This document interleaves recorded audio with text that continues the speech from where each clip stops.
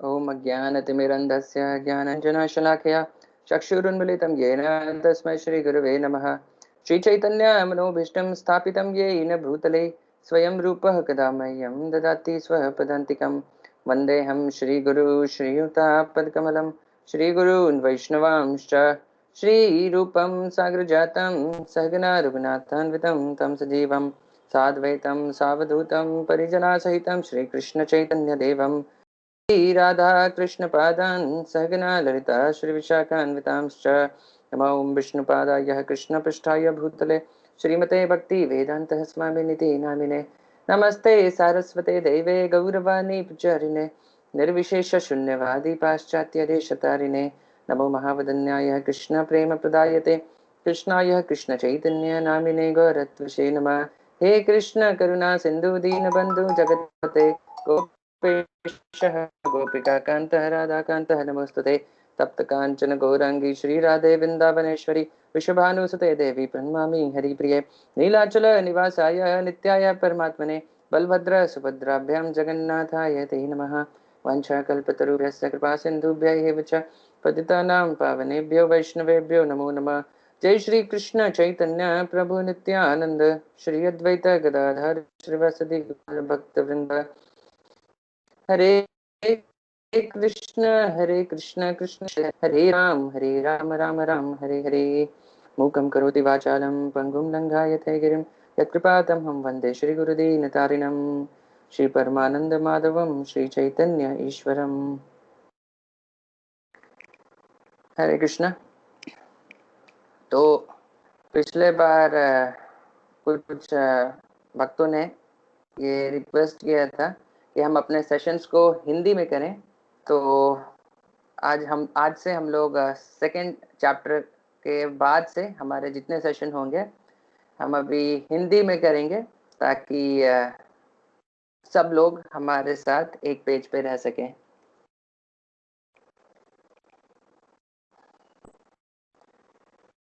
Okay, तो आज हम लोग Bhagavad Gita chapter 1 to 6 unit 1 के दूसरे चैप्टर को स्टार्ट करने जा रहे हैं। तो चैप्टर 2, इसका नाम है contents of the Gita summarised, यानी भगवत गीता के जितने भी विषय हैं उनको संक्षेप में यहाँ पर बताया गया है। तो ये हम लोग पहले इस जस्ट अ सेकेंड,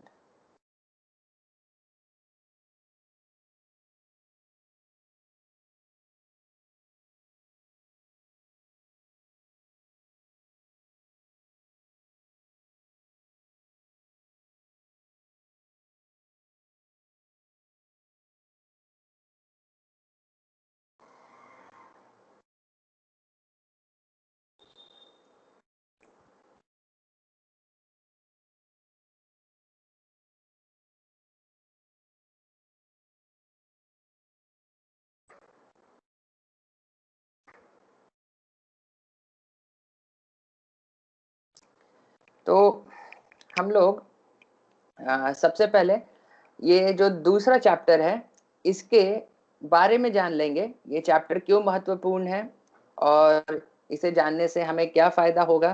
तो जैसे आपको याद होगा कि जब हमने पहला चैप्टर भी स्टार्ट किया था तो उस समय भी हमने पहले भगवत गीता क्यों जरूरी है और उसके बाद पहला चैप्टर उसका क्या महत्व है भगवत गीता में, इन बातों को हमने पहले भी डिस्कस किया था।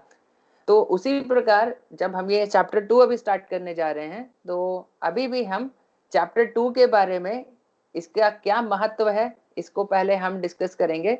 तो जैसे कि हम ये गीता महात्म्य जो पद्म पुराण में दिया हुआ है वहां से हम इसके बारे में कुछ जानने का प्रयास करेंगे। तो पद्म पुराण में एक देवश्याम नाम के एक ब्राह्मण की एक बहुत सुंदर कथा आती है, जिससे कि हम भगवत गीता के इस चैप्टर 2 के बारे में, दूसरे अध्याय के बारे में बहुत कुछ जान सकते हैं। तो देवश्याम नाम का एक ब्राह्मण था जो कि पंढरपुर में रहता था। पंढरपुर एक बहुत ही प्रसिद्ध जगह है जो कि आप जानते ही होंगे। तो वहां पे वो रहता था और ये बहुत ही कुशल ब्राह्मण था। यानी इसे हर प्रकार के यज्ञ दान तप करने आते थे। इसे कैसे जो गेस्ट आए हैं घर पे उनका कैसे सम्मान किया जाए, अतिथियों का, ये बहुत बुरा अच्छी तरह से जानता था। यज्ञ में आहुति कैसे दी जाए, ये सारी चीज जानता था। लेकिन फिर भी ये जीवन में कुछ खालीपन अनुभव करता था, क्योंकि इसे जो तत्व ज्ञान है, वास्तव में हम कौन हैं, हमारा एक्चुअल आइडेंटिटी क्या है, जीवन का लक्ष्य क्या है, भगवान कौन है, इन प्रश्नों के उत्तर इसे नहीं मिल पा रहे थे, जिसको जानने के लिए ये बहुत ही ज्यादा उत्सुक था।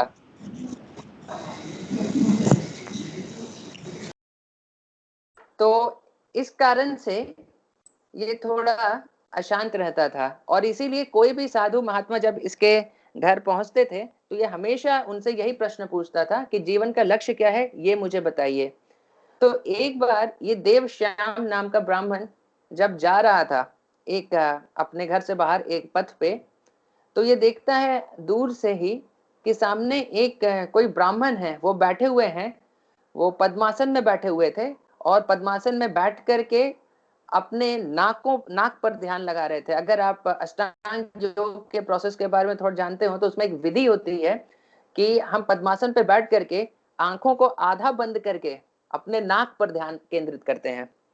तो ये एक अष्टांग योग की विधि होती है।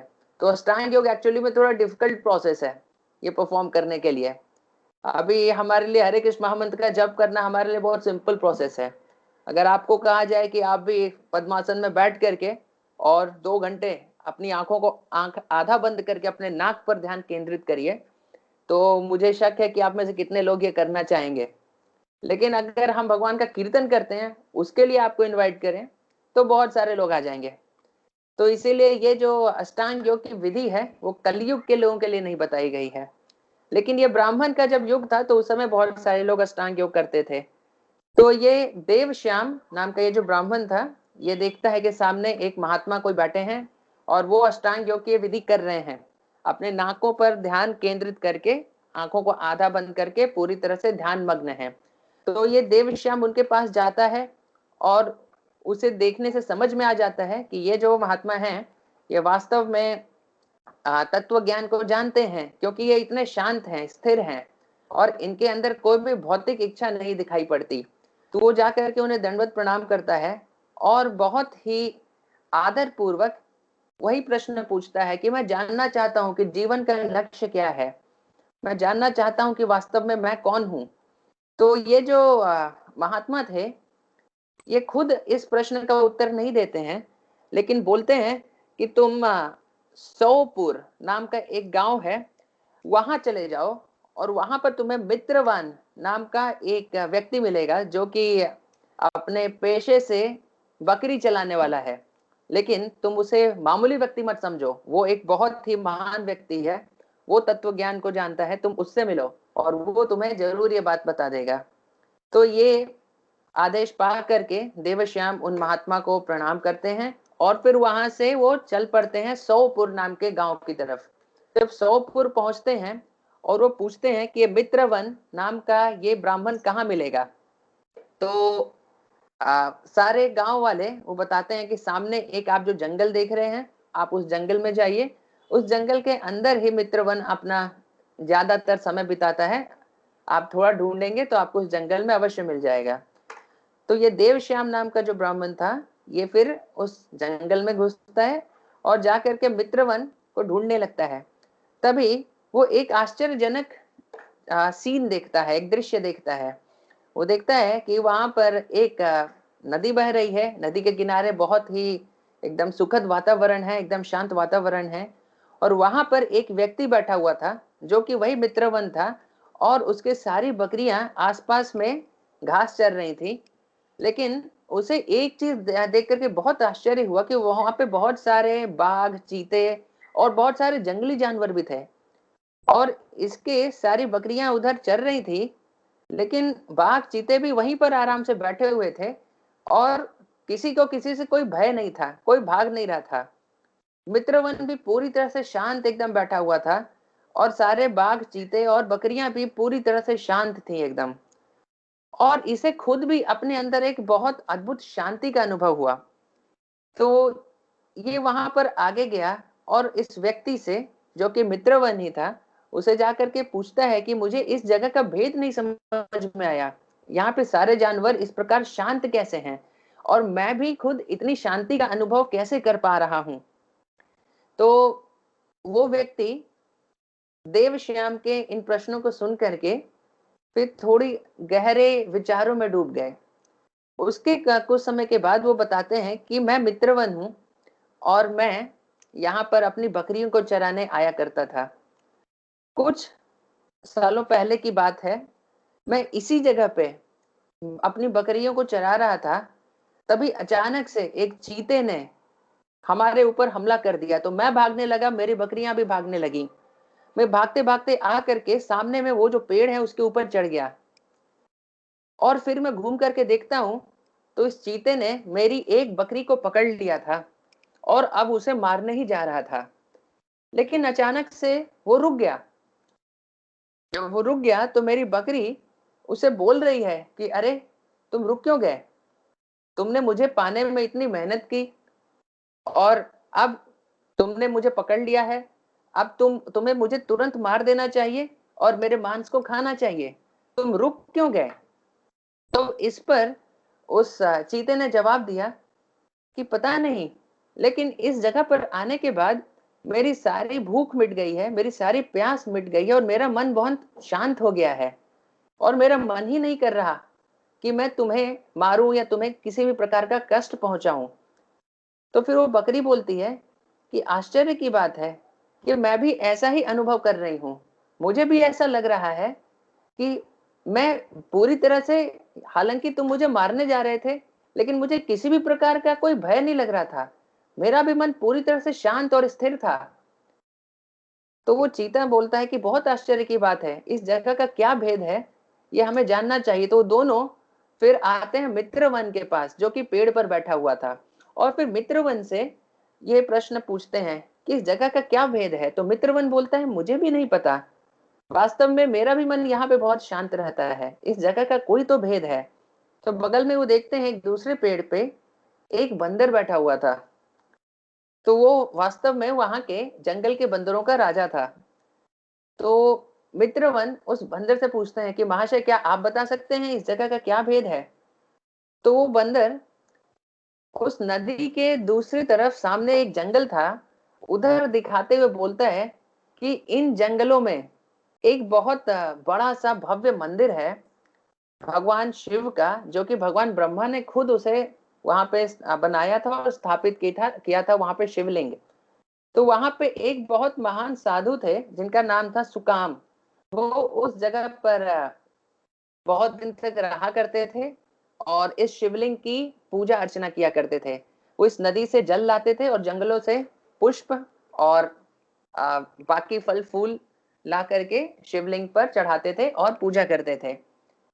तो उन्हें भी अपने आत्म साक्षात्कार की बहुत चिंता थी और वो किसी से भी मिलते, कोई भी साधु इधर से गुजरता तो यही प्रश्न पूछते थे कि वास्तव में मैं कौन हूँ, जीवन का लक्ष्य क्या है, ये मैं जानना चाहता हूँ, क्या आप मुझे बता सकते हैं। तो एक दिन एक बहुत बड़े महात्मा आए और वो आकर के यहाँ पर जब ठहरे तो उस वक्त सुकाम ने फिर से उनकी बहुत अच्छे से सेवा की, उन्हें खाना पाना दिया, खाना पीना का सारा व्यवस्था की। और उसके बाद फिर जब वो साधु पूरी तरह से विश्राम कर लिए तो उसके बाद फिर यही प्रश्न उनसे भी पूछा कि वास्तव में जीवन का लक्ष्य क्या है और उसे कैसे प्राप्त किया जा सकता है, वास्तव में हमारी असली पहचान क्या है। तो वो साधु बहुत ही प्रसन्न थे इन प्रश्नों को सुन करके और सुकाम ने इतने अच्छे से सेवा किया था, इस कारण से भी उनके हृदय से बहुत आशीर्वाद निकल रहा था सुकाम के प्रति। तो वो फिर सुकाम को बोलते हैं कि मैं तुम्हें कुछ लिख करके देता हूं, तुम इसे रोज पढ़ना और इसी को पढ़ने से तुम्हें अपने सारे प्रश्नों के उत्तर मिल जाएंगे और तुम्हें अपने लक्ष्य की प्राप्ति भी हो जाएगी। तो उन्होंने क्या किया था, एक पत्थर पे ये भगवत गीता का जो दूसरा अध्याय है, सेकंड चैप्टर, इसे लिख करके उन्होंने दिया था। सुकाम को। और सुकाम फिर रोज उसे पढ़ता रहा और पढ़ करके उसके सारे प्रश्नों के उत्तर उसे मिल गए और उसे अपने लक्ष्य की प्राप्ति भी हो गई, उसे कृष्ण की कृपा भी मिल गई। तो ये अद्भुत कथा सुनने के बाद वो सब मिल करके नदी के उस पार जा करके उस मंदिर में पहुंचते हैं, उस शिवलिंग का दर्शन करते हैं और उस पत्थर को भी देखते हैं जहां पर कि ये भगवत गीता का दूसरा अध्याय लिखा हुआ था।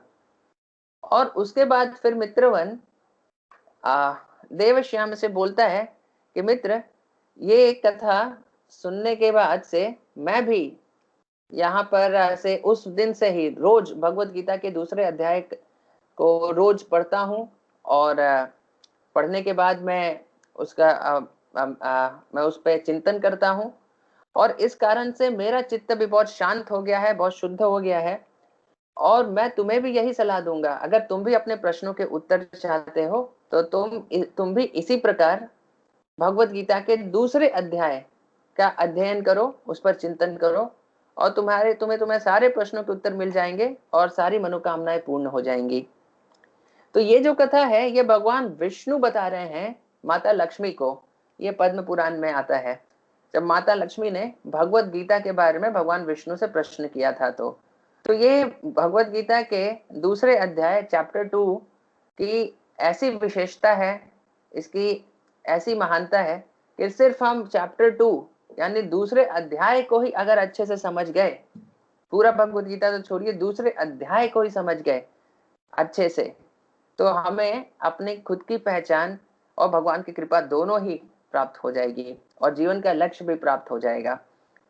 तो ऐसा है ये हमारा दूसरा अध्याय भगवत गीता का जिसे हम पढ़ने जा रहे हैं। तो ये सब बातें जान करके अब हमारा जो आगे का चैप्टर 2 का डिस्कशन रहेगा, मेरा रिक्वेस्ट है कि आप उस पर पूरी तरह से फोकस्ड रहिए, क्योंकि ये इतना इंपॉर्टेंट चैप्टर है कि सिर्फ चैप्टर 2 अगर हमें समझ में आ जाए तो हमें अपने जीवन के लक्ष्य की प्राप्ति हो जाएगी। तो देखिए चैप्टर 2 का समरी है। तो यहाँ पे Arjun submits to lord Krishna as his disciple. तो अर्जुन भगवान कृष्ण को अभी तक अपना मित्र समझते थे, लेकिन अब जब वो कंफ्यूज हो गए तो अब भगवान कृष्ण को समर्पण कर देते हैं, उनके शिष्य बन जाते हैं। और कृष्ण भगवान उसके बाद फिर अपने जो भी शिक्षाएं थे अर्जुन को देना शुरू करते हैं। और वो शिक्षाएं क्या यहाँ पे बताते हैं? The fundamental distinction between temporary material body and eternal spirit soul, यानी जो हमारा भौतिक शरीर और जो हमारी आत्मा है उसके बीच में बेसिक जो अंतर है, जो फंडामेंटल डिस्टिंक्शन है, उसके बारे में बताते हैं। और यहाँ पर भगवान ये भी बताते हैं कि हम एक शरीर को छोड़ करके दूसरे शरीर में कैसे जाते हैं और निस्वार्थ सेवा जो हम भगवान के प्रति करते हैं उसका क्या स्वभाव है और एक आत्म साक्षात्कार पाए हुए व्यक्ति के क्या गुण होते हैं, ये भी भगवान इस चैप्टर में पूरा बताते हैं। तो ये चैप्टर का समरी है। तो ये सारे देखिए सारे जस्ट सेकेंड, ये चैप्टर 1 यहाँ पे लिखा हुआ है लेकिन ये एक्चुअली में चैप्टर 2 है। मैं इसको जस्ट करेक्ट कर लेता हूँ।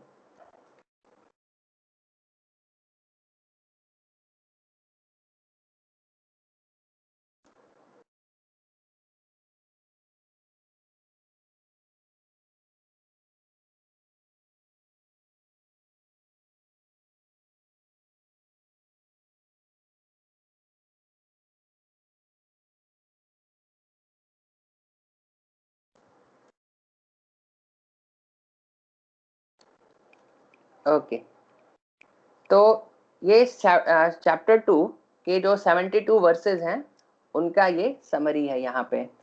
तो यहाँ पे पहला सेक्शन है Arjun further doubts and surrender, जो कि वर्सेस 1 to 10 में है। फिर ज्ञान, जो भगवान यहाँ पे बता रहे हैं कि यहाँ पर लड़ो अर्जुन, क्योंकि आत्मा कभी मरती नहीं है। इसके ये जो ज्ञान भगवान दे रहे हैं ये 11 to 30 के बीच में है।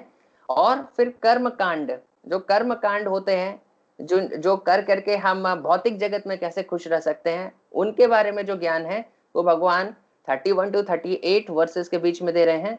फिर बुद्धि योग, वहां पे भगवान बता रहे हैं कि देखो लड़ने की या कोई भी कार्य करने की का तरीका क्या है, वो बुद्धि योग से अगर हम लोग प्रॉपरली करते हैं तो हम कोई भी कार्य करते हैं तो उसके प्रति हम अगर हमें कोई रिएक्शन, हमें पाप नहीं लगता, तो वो कैसे होता है इसके बारे में ये चौथा सेक्शन है बुद्धि योग का, जो 39 to 53 वर्सेस के बीच में है। ये भगवान बता रहे हैं। और स्थित प्रज्ञ यानी किस प्रकार से हम एक आध्यात्मिक चेतना में फिक्स हो सकते हैं पूरी तरीके से, इस बारे में भगवान बता रहे हैं 54 to 72 वर्सेस के बीच में। तो ये हमारा चैप्टर 2 का ओवरव्यू है। तो हम पहला सेक्शन अभी स्टार्ट करने जा रहे हैं, Arjun further doubts and surrender, जो वर्सेस 1 to 10 के बीच में है।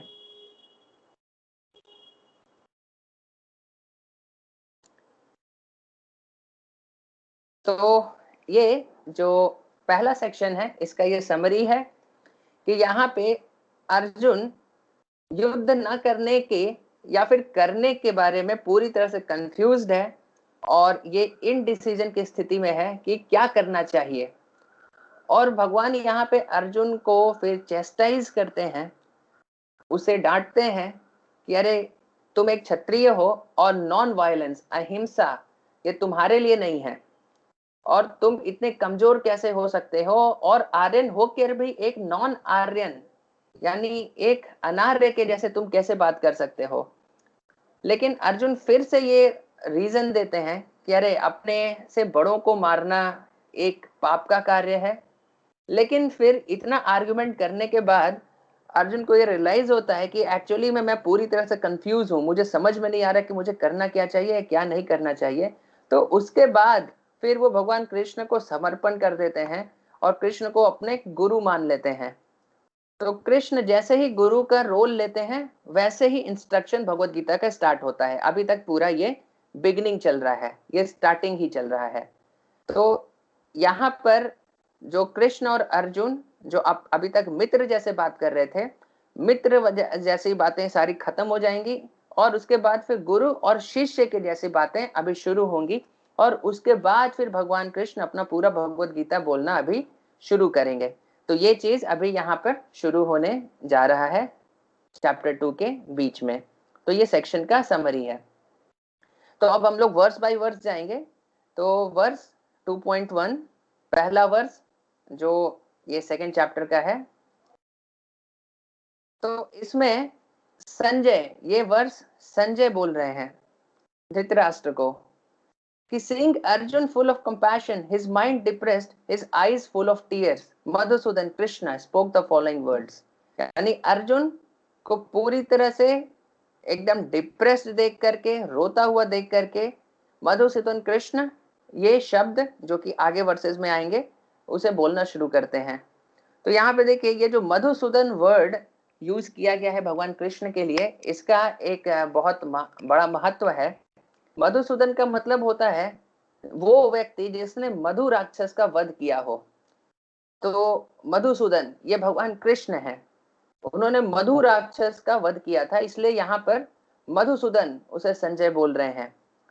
तो यहाँ पर संजय का ये मधुसूदन शब्द इस्तेमाल करने का अर्थ यह है कि अभी भगवान कृष्ण जिसने जिस प्रकार मधु राक्षस का वध किया था, उसी प्रकार अर्जुन के जो डाउट्स हैं, उसके जो कंफ्यूजन है, तो उनका भी वध करने जा रहे हैं, अब उनका भी खात्मा करने जा रहे हैं। और इससे वो इनडायरेक्टली धृतराष्ट्र को ये भी बता रहे हैं कि आप जो बहुत खुश हो रहे थे, जो पिछले चैप्टर में धृतराष्ट्र बहुत ही प्रसन्न हो रहे थे जब वो देख रहे थे कि अर्जुन युद्ध नहीं करना चाहता है और बिना लड़े ही हार मान जाना चाहता है, और वो तो यहाँ तक रेडी है कि मुझे अगर ये कौरव आकर के मेरे हाथ में कोई अस्त्र शस्त्र ना हो तब भी मुझे मार दें तो भी मैं उसका बुरा नहीं मानूंगा।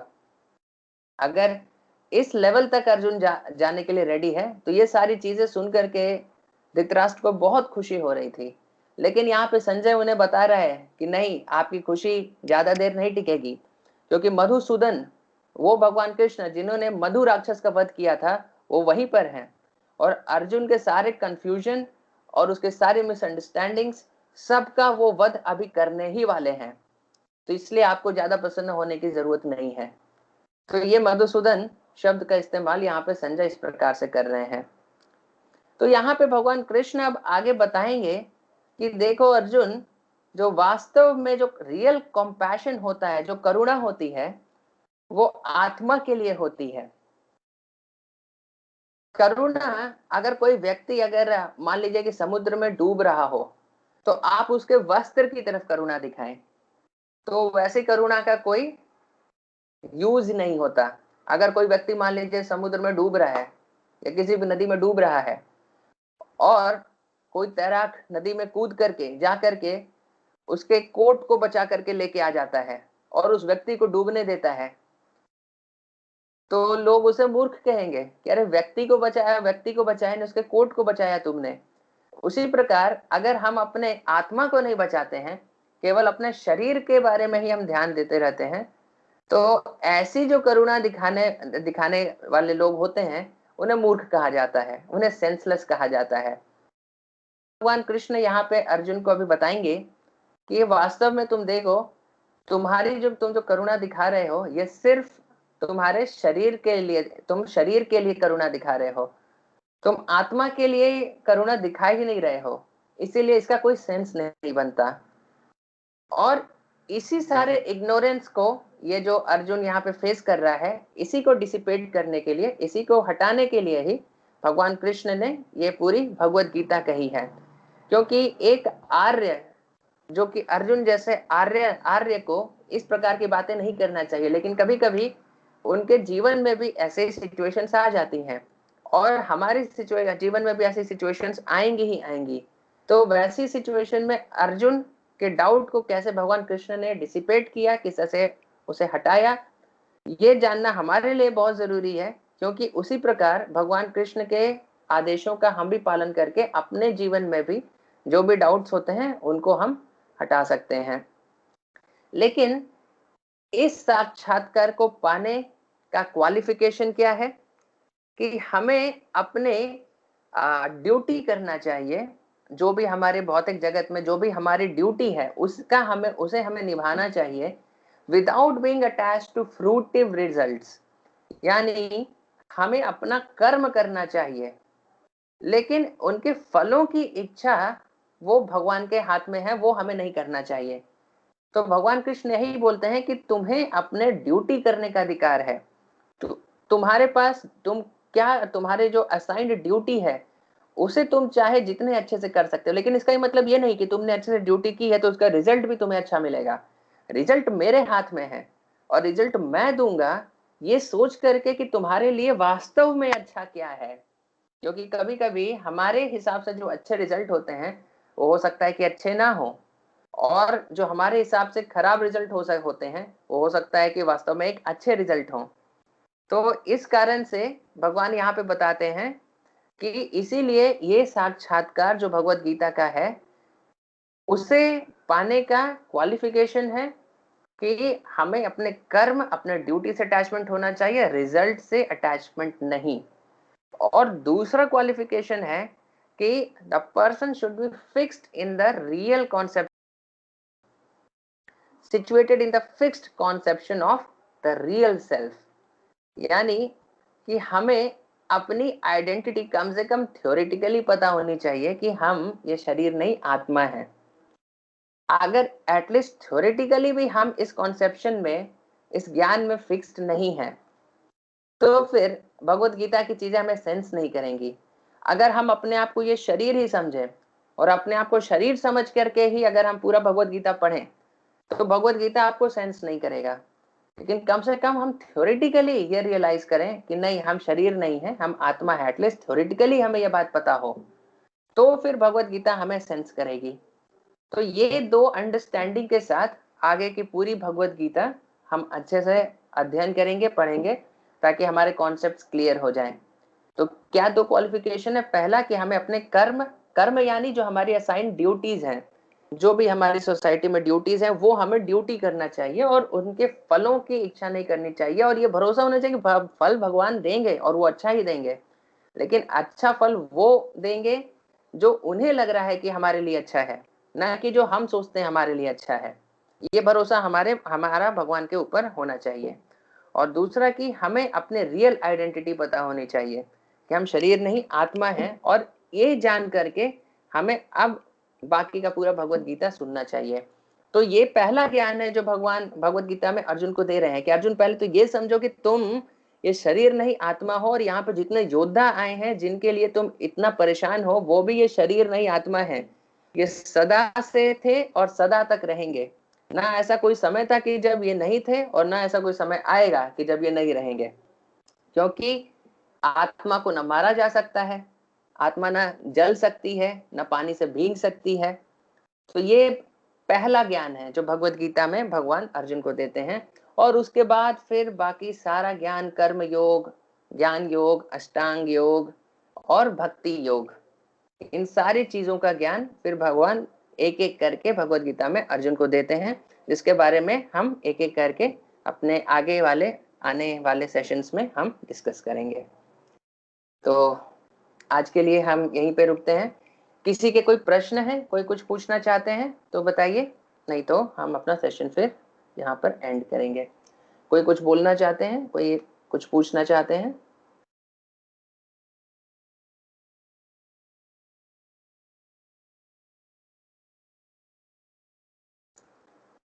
ओके, ठीक है। तो थैंक यू वेरी मच। शिला प्रभुपाद की जय।